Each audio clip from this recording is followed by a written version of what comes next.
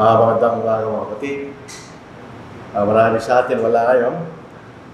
Meron po mga kapatid, consistently wala. Hindi natin alam ano yung suliranin po nila. Pero ito pong mensahe natin ay isang bagay na nangyari sa Old Testament.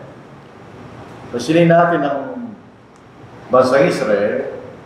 Ito po ay pinangakuan na sila'y makakapasok sa lupang ipinangako kay Abraham. Kung makikita niyo sa Genesis chapter 15, sinabi ng Diyos yung lupain na ibibigay niya sa bansa magagaling kay Abraham. Actually, ito yung pinangako kay Abraham. Pero by necessary interest, hindi naman ito naibigay kay Abraham, kundi sa kanya mga descendants, ano po yung nanggaling sa kanya. Pero bago pa dumating yun, sinabi niya ng Panginoon yung lupa na ipinangako niya. Dito sa Genesis chapter 15. Nang araw na yun, ang Panginoon ay nagkipagkatipan kay Abraham, nagsabi sa yung binihigan niya, ibinibigay ko lupain ito mula sa ilog ng Egypto hanggang sa malaking ilog na ilog Euphrates. Ang mga Kineo, ang mga Kinekeo, ang mga Kadmoneo, ang mga Eteo, ang mga Periseo, ang mga Rephaim, ang mga Moreo, at ang mga Cananeo, at ang mga Gergeseo, at ang mga Jebuseo. Ito po ay lupang ipinangako kay Abraham. Pero mapapasin natin, noong panahon na ito ay natutupad na. Bakit sila nanatili ng 40 taon sa ilan? Papasinin natin ang nandito yung ilan. Ito yung ilan. Napakalapit lang yan. Ang bansang Israel ay isang malit na bansa. Dahil sa panahon natin, malit na bansa lang ang bansang Israel. Bakit kinakailangan silang maglakbay at paulit-ulit na ikot-ikot sa ilang sa loob ng 40 taon? Yun po yung nakakapagtakang isipin, ano po, sapagkat napakalapit lang yan. Pero may dahilan bakit nangyari yun. Pasilin natin ang Diyos, hindi niya ginagawa mga bagay na walang dahilan. Bakit kinakailangan silang umikot ng 40 taon sa ilan para makapasok sila sa lupain ng Canaan? Papasin natin, kung 40 years silang umikot doon, namatay na yung mga matatanda. Na nakapasok din, mga bata lang. Siyempre, 40 years silang umikot eh. Si Moises, siya po yung 40 taon sa Egypto at siya yung 80 taon na tinawag siya ng Diyos para pangunahin niya ang bansang Israel at palaya mula sa lupain ng Egypto. At siya umikot-ikot sa loob ng 40 taon. So namatay si Moises 120 years. Hindi ko alam bakit 40, hindi ko alam yun. Pero 40 years siya nalatili sa Egypto, 40 years ang tawagin siya ng Diyos. At 40 years kung siya namatay. Dahil paikot-ikot siya sa loob ng 40 taon sa lupain sa ilang. So ito pong makikita natin ang dahilan. Bakit nangyari yun? Ito yung binasa ni Brad kanina. Ngunit pinatahimik ni Caleb ang bayan sa harapan ni Moises na sinabi, ating akyatin agad at sakupin sapagkat kayang-kaya nating lubigin nyo. Ngunit sinabi ng mga lalaking umakyat na kasama niya, hindi tayo makaakyat laban sa mga tao yun, sapagkat sila'y malalakas kaysa sa atin. Kaya sila'y nagdala ng masamang balita tungkol sa lupain kanilang sinisiyasa sa mga anak ni Israel. Na sinasabi ang lupain na aming pinaroroonan upang lihim na siya sa atin ay isang lupain na nilalamon ng mga naninirahan doon. Which is false, di ba? Dahil kung nilalamon niya nakatira doon, wala nakatira doon. Pagkatapos, at lahat ng tao namin nakita roon ay malalaking tao. At nakita namin doon ang mga Nephilim, ang mga anak ni Anak mula sa mga Nephilim. At kami sa aming sariling paningin ay naging parang mga tipaklo. At gayon din kami sa kailang paningin. So ito isang magigit natin, sila 12 spy na sinugo ni Moises para tignan nila yung lupain bago sila pumasok. Ngayon ito yung report ng karamihan sa kanila, yung 10, hindi natin kaya pasukin ganyan. Pero yung 2, alam po natin, sila nagsasabi ng totoo. Sa panimula po natin, minsan meron mga bagay na gusto natin makamtan Pero sa kauli-ulihan ay tayo nabibigo. Kanya. Hindi natin nakuha. We forfeited it. Dito sa kasaysayan ito, ang kawalan ng pananampalataya ng Israel naging dahilan, bakit hindi sila kapasok doon? So itong mga bagay na ito na isulat sa nakaraang panahon ay para sa ating katututungan. In other words, ang Old Testament ay hindi na natin kautusan. Ito'y dilanggalan ng Diyos. Pero bakit nakasulat pa rin?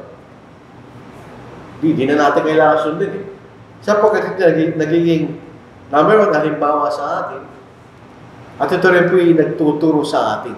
In other words, may mga prinsipyo na nangyari sa Old Testament na sa ating katututungan niya. So Romans 10 verse 4. Sapagkat ang anumang mga bagay na isinulat ng una, Old Testament, ay nangasulat dahil sa katututo natin. Upang sa pamagitan ng pagtitiis at pag-aliw ng magkasulatan, ay magkaroon tayo ng pag-asa. Ano ibig sabihin ito? Yung mga tao naging tapat sa Old Testament, sila'y nagtiis at naging tapat sa Diyos. Kaya, at meron din nagkamali kanya.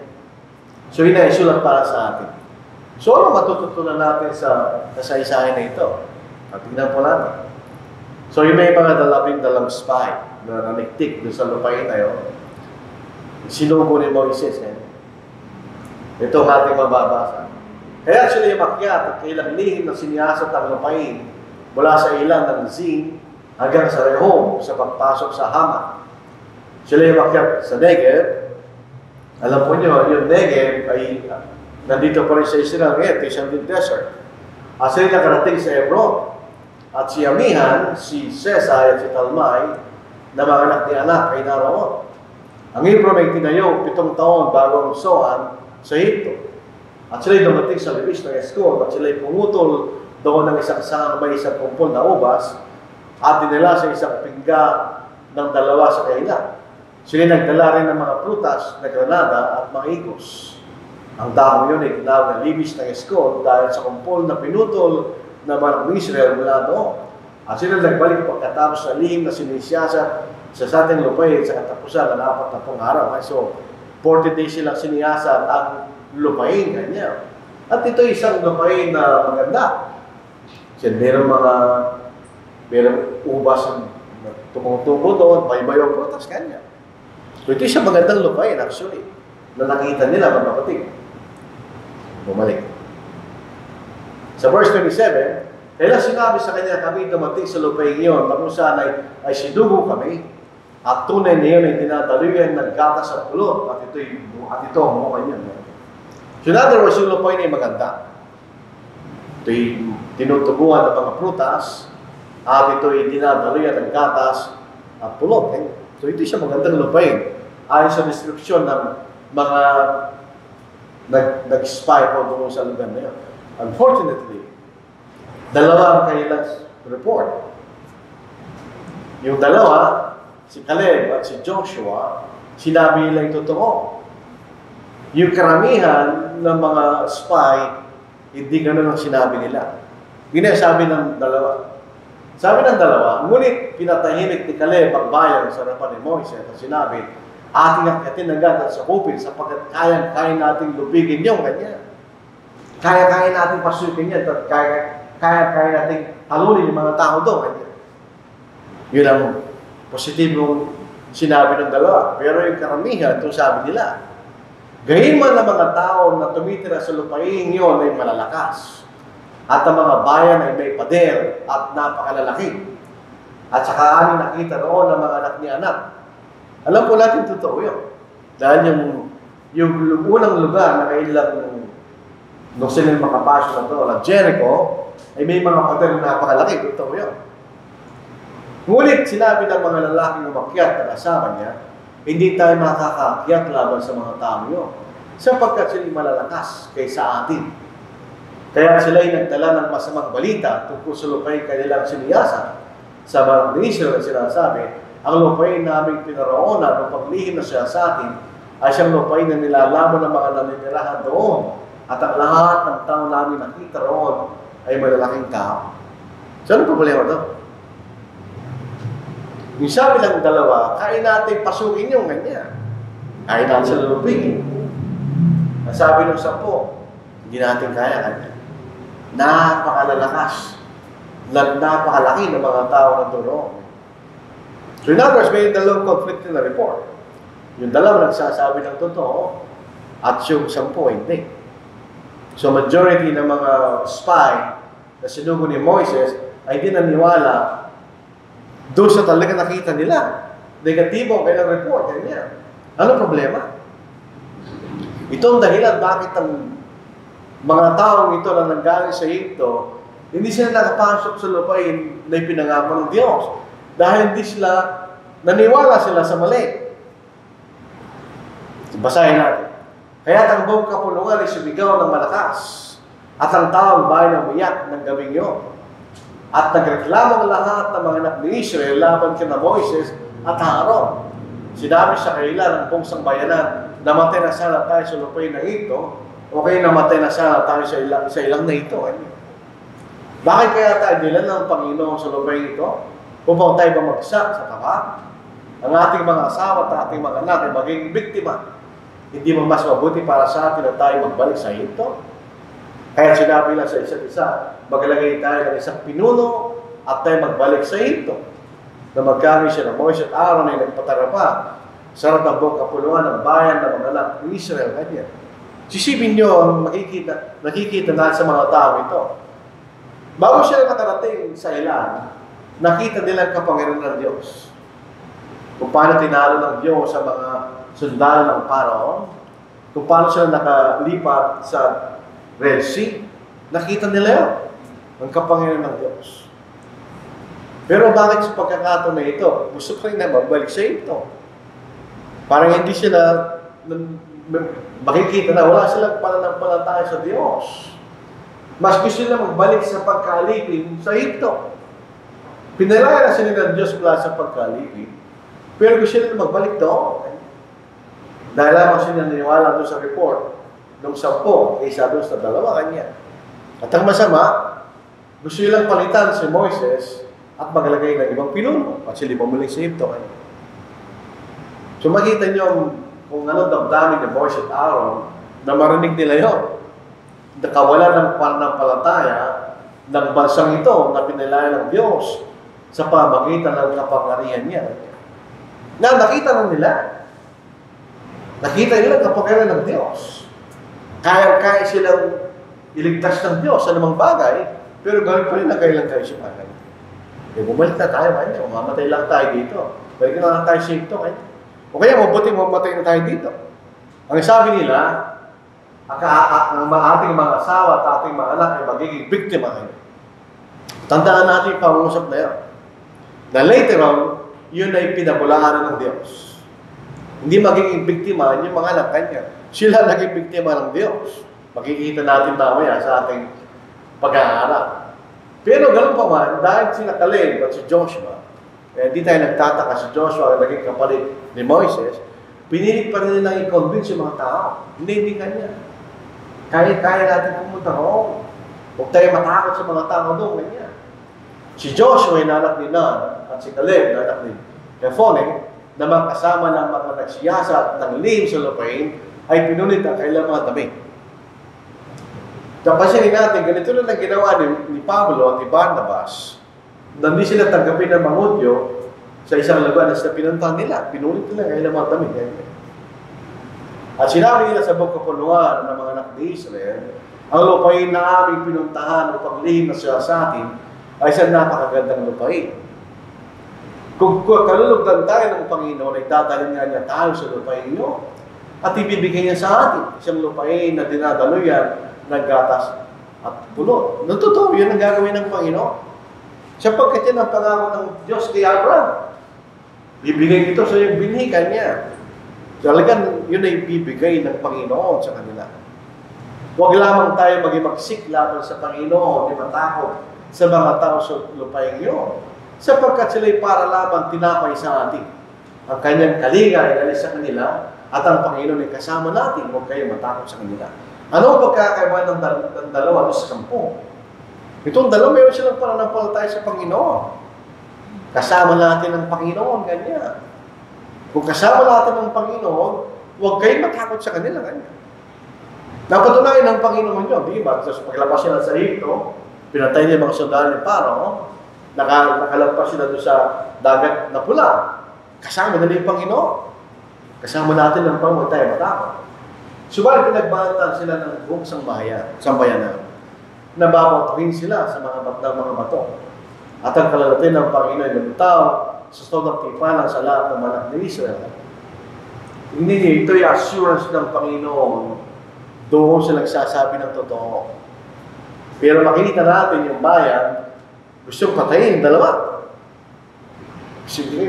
Galit sila doon sa dalawa nagsasabi ng totoo. Ano makikita natin dito? Natatakot yung bayan. Nandiwala sila sa report, hindi totoo. Kaysa sa mga tao ito nagsasabi ng totoo. Na meron silang pananampalataya sa Diyos. Yung report ng 10, walang sinabing Panginoon. Hindi natin kaya, walang Panginoon. Pero nagsabi ng 2, merong Panginoon. Kasama natin ng Panginoon, huwag tayo matakot sa kanila, kanya. Tutulungan tayo ng Panginoon. Yan ang sabi ni Caleb at ni Joshua, yun ang totoo. Meron tayong pananampalataya sa Panginoon. Bibigyan niya sa atin yung lupain niyo. Huwag lang tayo mag-imagsik kanya. Dahil yun ang kasalanan sa harapan ng Diyos. Pag nag-imagsik tayo sa Panginoon, ang ibig sabihin, wala tayong pananampalataya sa Panginoon. Huwag tayo mag-imagsik kanong dalawang nagarating doon. Pero nangyari ngayon. Naniwala sila sa 10. Hindi sa 2. Sila yung nireject ng Panginoon. So yung sambayanan, yung nabigay kaisipan, na nagsabi, hindi nga niya, babatuhin yung 2 Sila po yung nireject ng Panginoon. Basahin natin sa Numbers, sa chapter 14. Kaya hindi sila pumasok doon. Ang katotohanan, ang sabi ng Diyos kay Moses, magsisimula na lang ko sa iyo, kanya. Pagkat itong bayang ito, kanya, matikas ang kanilang ulo, kanya. Basahin natin, sa 11. At sinabi ng Panginoon kay Moses, hanggang kailan nahamakin ako ng bayang ito, kanya. Di ba nila nakita ang kapangyarihan ko, sabi ng Panginoon?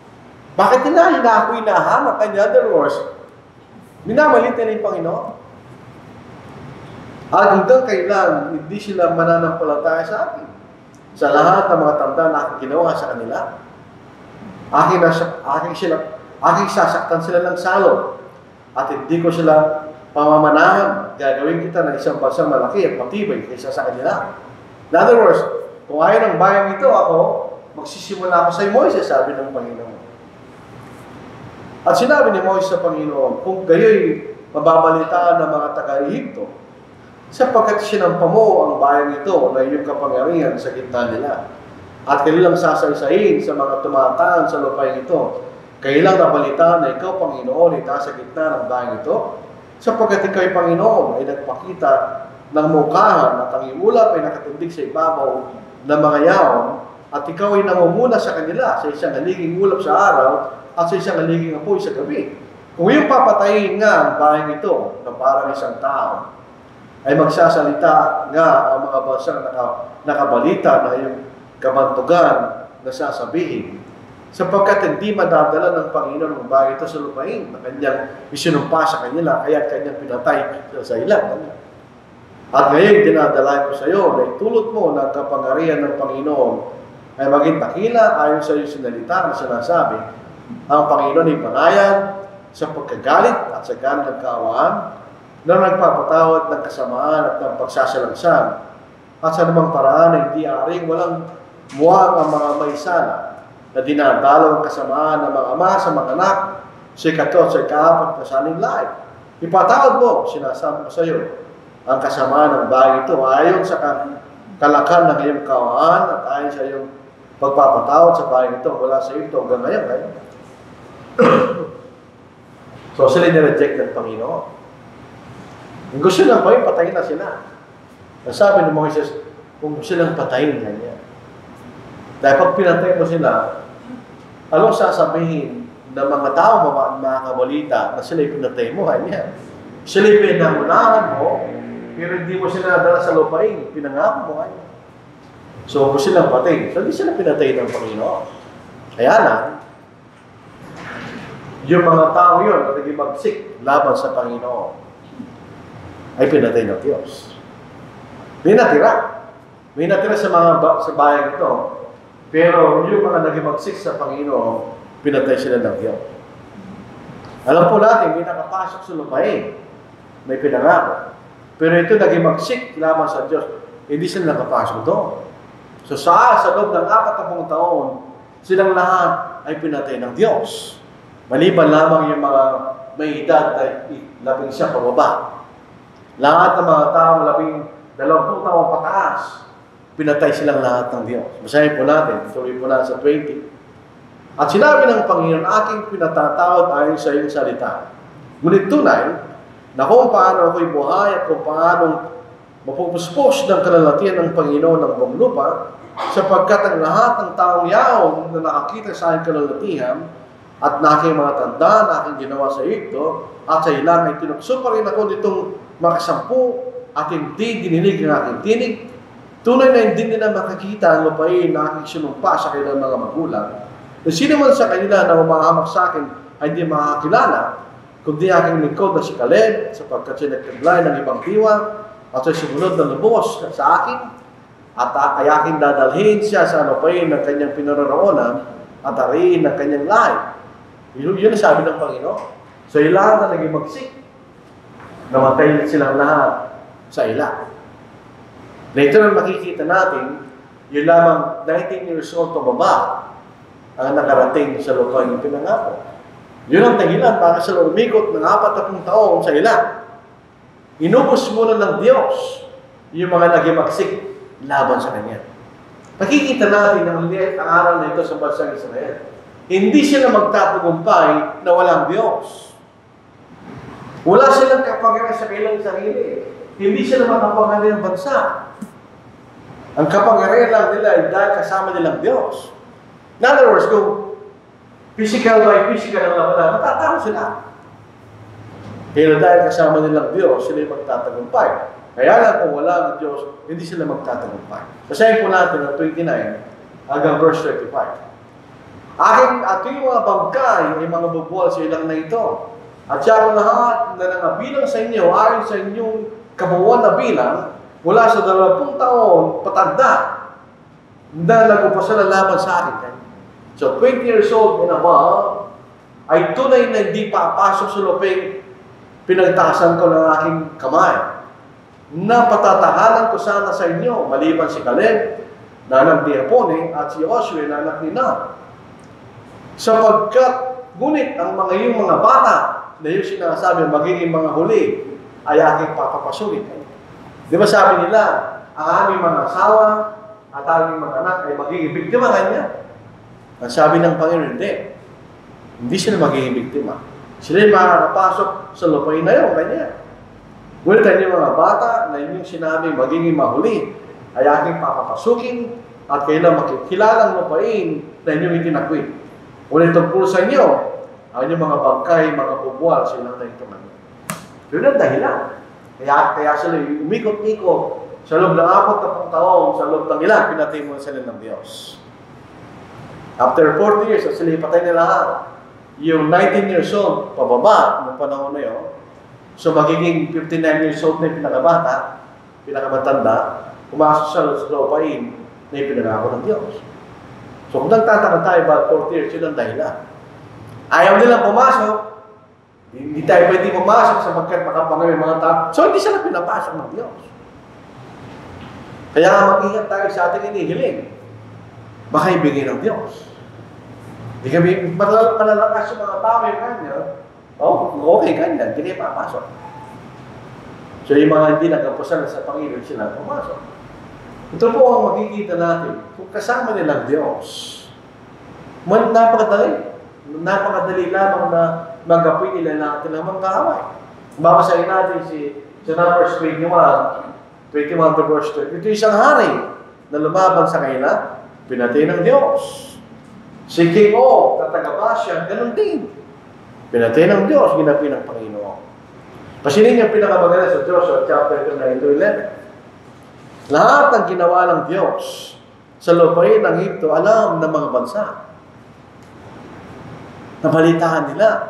Basahin po natin. At yung mga taga-Jericho Takot na takot sila sa bansang Israel. Bakit? Hindi dahil sa Israel. Hindi dahil sa Diyos. Kaya po natin. Sa 9-11.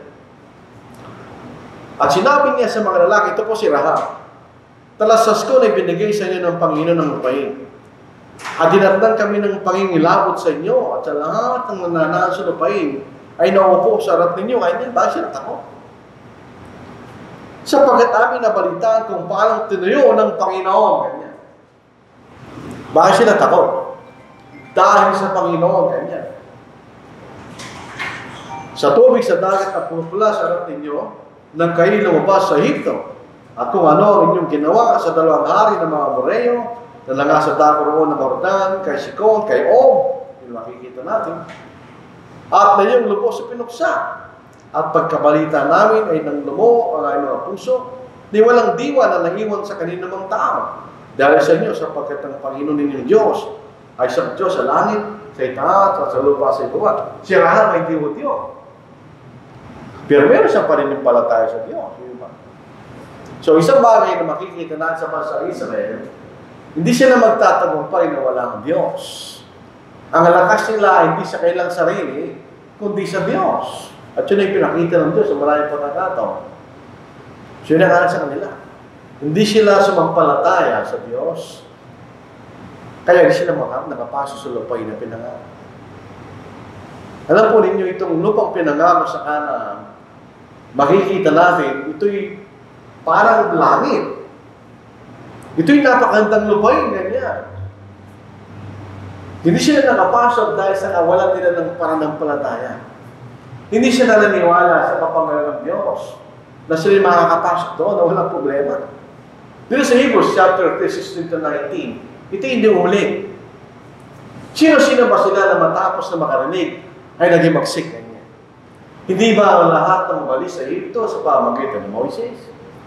Ngunit kanina siya nagalit ng 40 taon. Hindi ba sa mga nagkasala na mga katawan ay nabuhat sa ila? At kanina siya sumumpa na hindi sila makakapasok sa kanyang kapahingahan, kundi sa mga sumaway kanya. Kaya nakikita natin na hindi sila nakapasok dahil sa kawalan ng pananampalataya.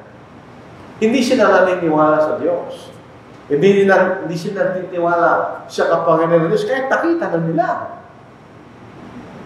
Itong ugali na ng Hudyo ito, hindi nagbago. Pagdating ng Panginoon nang siya nagkatawang tao, ganoon din.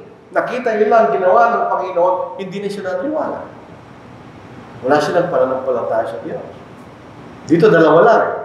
At saka yun na yung pinusot pagpababa. At nakapasok doon sa lupa yung ipinangako ng Diyos. So, sa kawalan ng pananampalataya, hindi sila nakapasok sa kapahingahan ng Diyos. So, totoo rin sa atin yun. Mamaya makikita natin na mayroong kapahingahan, pangakong kapahingahan sa atin ng Diyos. Yung mga Seventh-day Adventists, naniniwala sila na yung 7-day rest ang tunay ng kapahingahan. Hindi totoo yun. Dahil sinasabi sa mga talatang ito, hindi na ibigay ni Joshua ang tunay na kapahingahan. Ganyan. Kaya habang nananatili bukas ang pangakong makapasok sa kanyang kapahingahan, mag-ingat tayo. Na baka sino man sa inyo hindi makaabot doon. Sapagkat dumating sa atin na magandang balita, gaya naman sa kanila. Meron tayong magandang balita, ano yun? Balita ng kaligtasan, dadalhin tayo sa langit. Meron din naman sila magandang balita, ano yun? Sila yung makakapasok pa ng Kanaan. Hindi ba magandang balita sa kanila yun?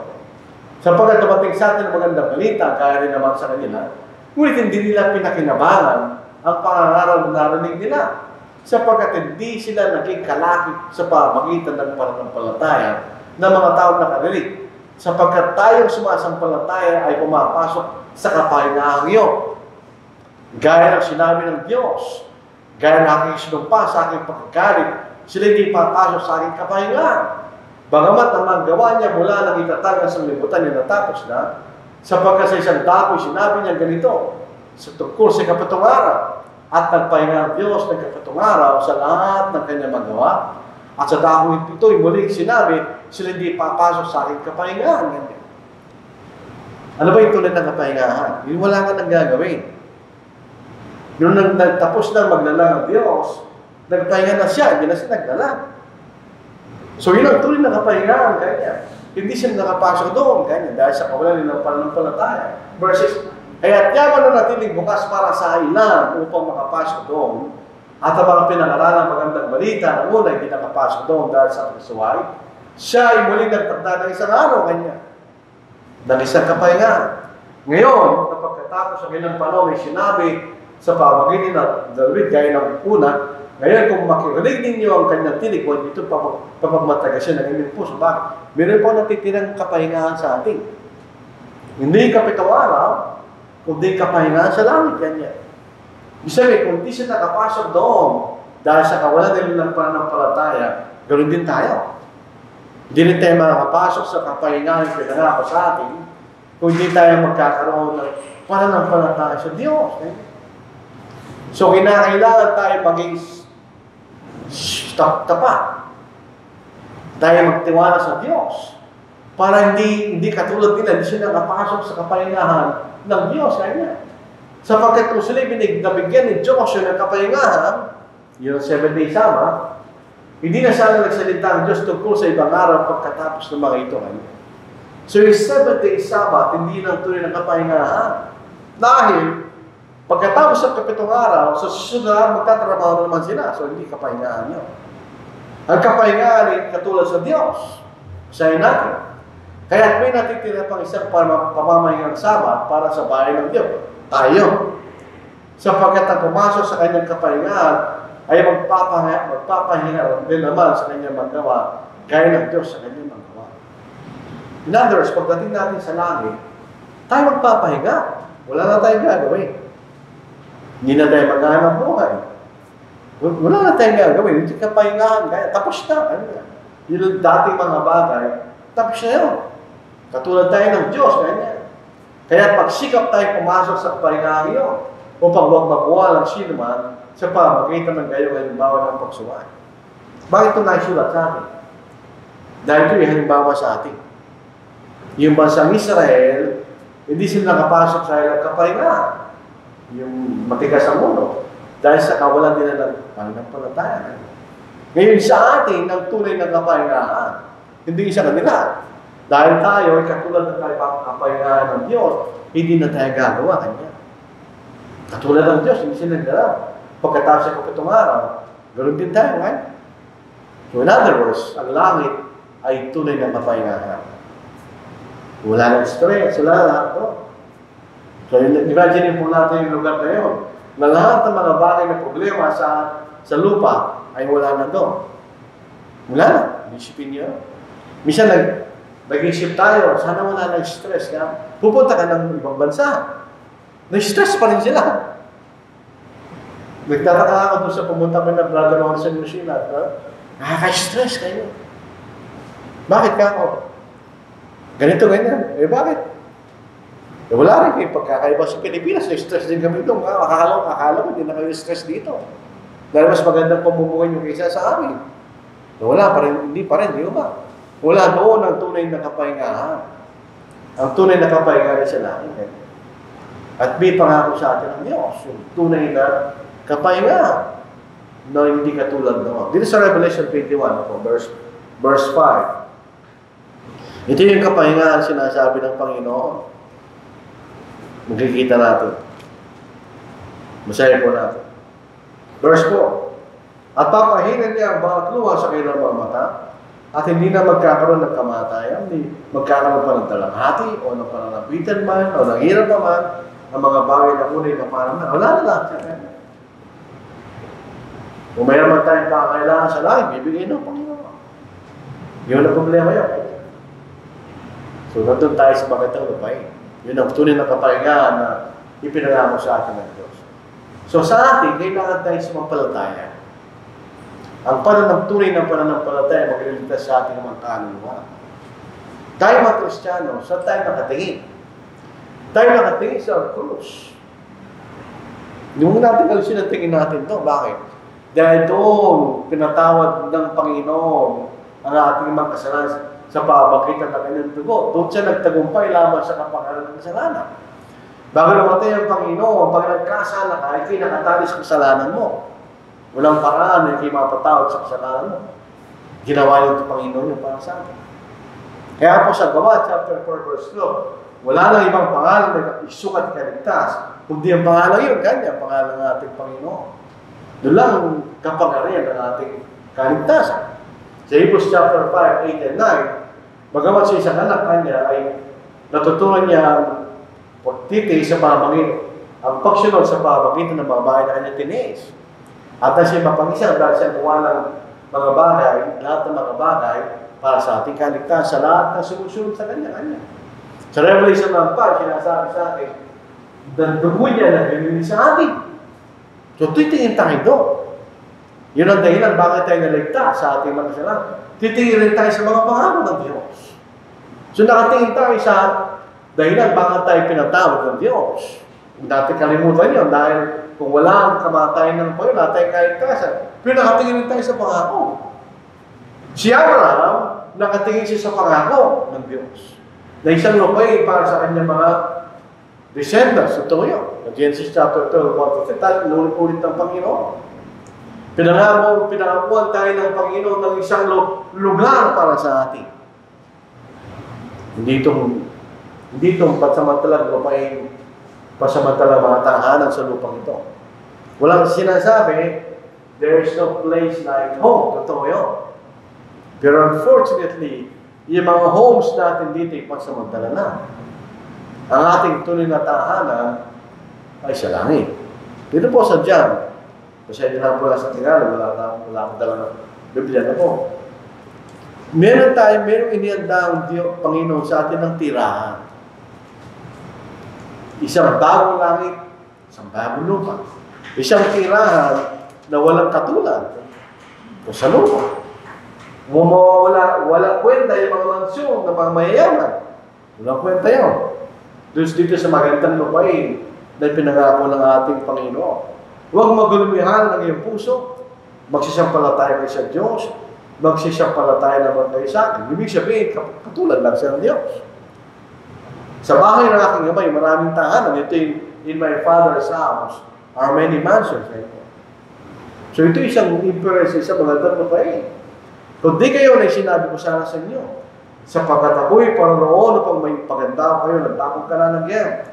At kung ako'y pumaroon at kayo may paganda ng kalalagyan, ay muling paririto ako at kayo tatanggapin ko sa aking sarili upang kung saan ako naroon, kayo naman ay dumo. Kung ako'y nasa langit, ako'y sa langit. Sa isang magandang lupain. So hindi lang mga po nagsabi, no? Pati si Apostle po. Sa pakilang Korinto, sa ikalimang kabanata, unang talata, ng ikawalong, sinabi rin niya, pag ito'y nasa lupa pa tayo mamamatay. Tayo hubad, kanya. Pero mayroong isang panibago kanya. Basahin natin. So, 1-3.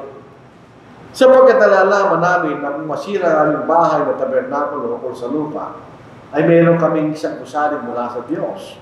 Bahay na hindi gawa ng magkamay, walang hanggan sa sangkalangitan. Sapagkat tunay na sa ganito kami nagsisibig, na nasang mabihisan kami ng aming tahanan mula sa langit. Naku, mabihisan nga kami, inyaon ay hindi kami masusupang hubad.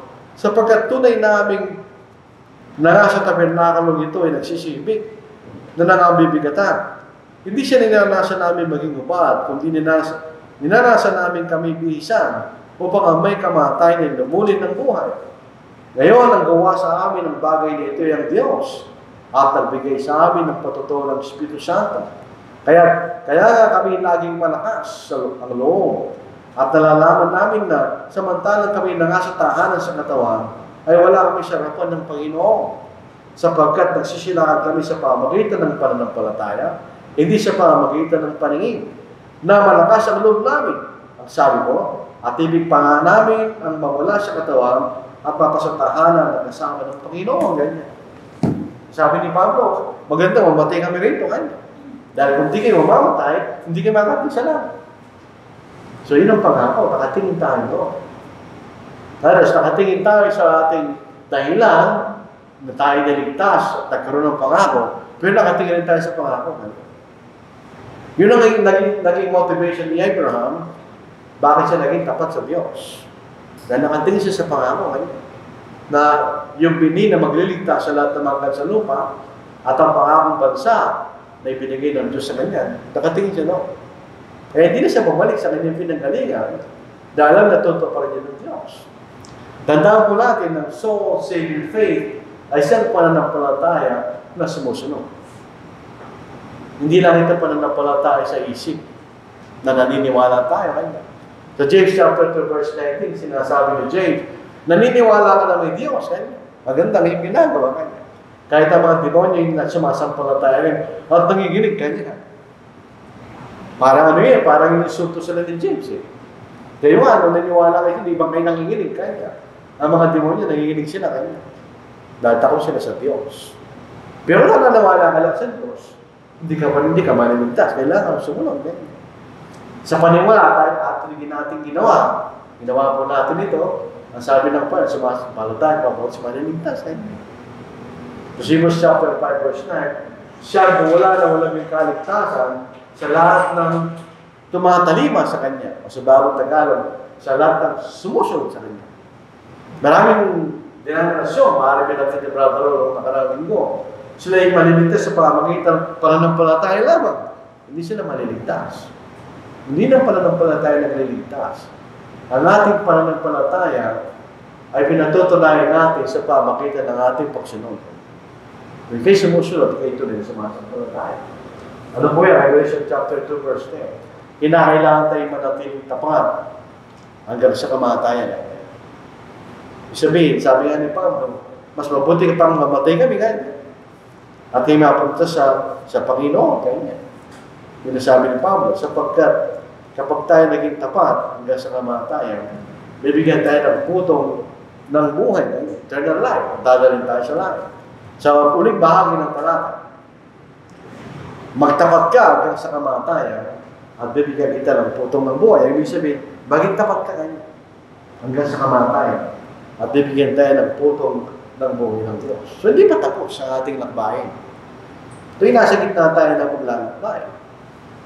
Kaya sa paglalakbay, nakatingin tayo sa dahilan ng ating kaligtasan at nakatingin tayo sa pangako niya. Yun ang gusto nating makamtan. Makarating tayo sa bagyo. Wala na bagyo doon. Alam niyo, nung ako'y binata at may bagyo, natutulog lang ako. Bakit? Andun ang tatay namin. Siyang bahala. Pero pag ikaw na yung tatay, hindi ka natutulog. Kasi yung mga kasama sa bahay, natutulog lang sila eh. Pero ako hindi ako natutulog. Bakit? Sapagkat ikaw ang tatay. Kailangan, sigurado mo na ligtas yung mga kasama sa bahay. Ganyan. Ngayon ako, hindi ako natutulog.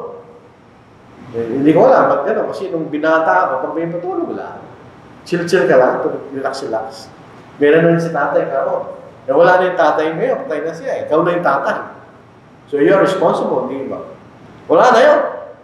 Na hindi ka natutulog pag may bagyo. So, bilang panghuli, mga kapatid, ang Diyos ay tapat. Siya lang ang tapat. At tato pa rin yung pangako niya. Hindi siya magsusunungaling doon. Kung sinabi niya gagawin ng Diyos, yun ay isang matinding motivation sa atin. Kung tao nangako, pwede pa niya hindi gawin. Wala man tayong control sa pangyayari sa atin. Pero ang Diyos, ang nangako, ang Diyos na makapangalan sa lahat, gagawin niya pangako niya. Kaya kinakailangan tayo sumampalataya at magtiwala sa Diyos. Dahil yan ang ating susi. Para yung pangako na pinangako sa atin ng Diyos ay mapupunta sa atin. Alisin natin ang nangubini ng kawalan ng pananampalataya. Hindi siya, huwag tayo magduda. Kaya naman ang dumating sa atin, huwag tayo magduda. Bibigay sa atin ng Diyos yung pangako niya kung tayo mananatiling tapat sa Kanya. Dalawa lang. Ako'y tapat, sabi ng Diyos. Kung gagawin kayo pangako sa inyo, maging tapat rin kayo sa akin, ganyan. At bibigay kayo po sa inyo lahat ng aking ipinangako sa inyo. In the final analysis, kung nag-iisip tayo, wala naman mangyayari sa atin pag namatay kayo. Yung pinagpag mo naman, yung madadala yun. Ang madadala lang natin yung gawa ng ating pananampalataya. Yung ginawa nating pagsunod sa Panginoon, yung pagsunod sa Kanyang kalooban, yun ang ating dadalhin. Yun ang susi. Actually, sa lumang mga illustration sa langit, may dalang susi si San Pedro. Alang susi San Pedro, tayo may susi. Bubuksan mo yung langit. Yung susi, ano yun? Ang ating pananampalataya, yun ang ating susi. Hindi si San Pedro. Dalawa yung susi yun. At babuksan mo ang pinto at tatanggapin tayo ng Diyos sa langit. So ito po ang ating mensahe sa umaga pag ito.